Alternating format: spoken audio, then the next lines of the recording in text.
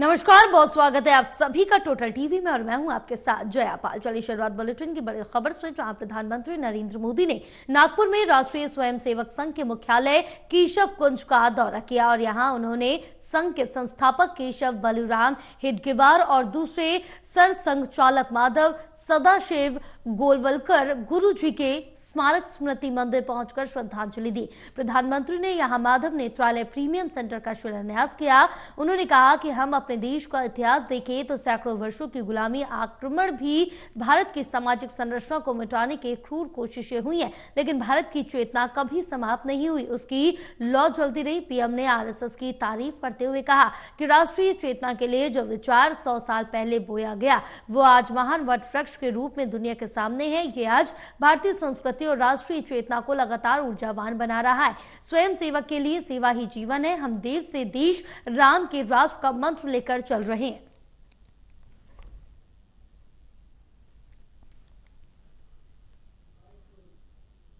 एकता के सूत्र में जोड़ा। इसी तरह स्वामी विवेकानंद जैसे महान संत भी हुए। उन्होंने निराशा में डूब रहे समाज को झकझोरा, उसे उसके स्वरूप की याद दिलाई, उसमें आत्मविश्वास का संचार किया और हमारी राष्ट्रीय चेतना को बुझने नहीं दिया। गुलामी के आखिरी दशकों में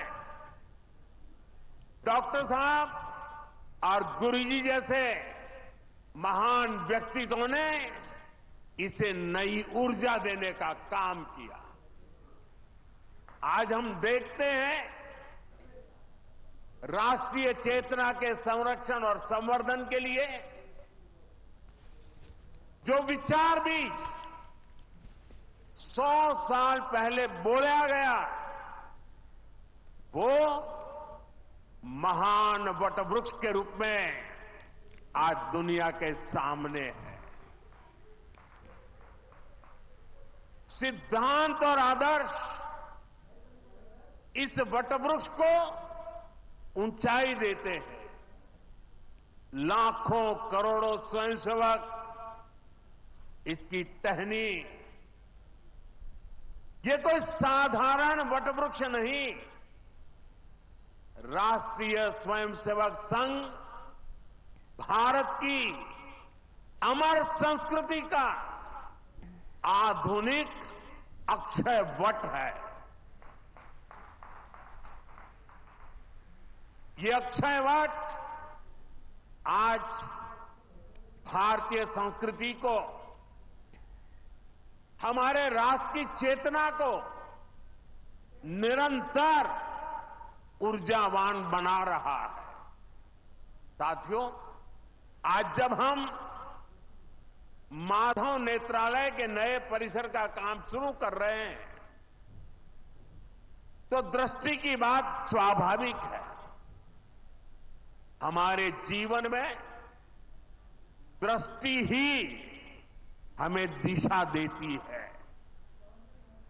इसलिए वेदों में भी कामना की गई है, पश्चिम शरदः शतम, अर्थात हम 100 वर्ष तक देखें।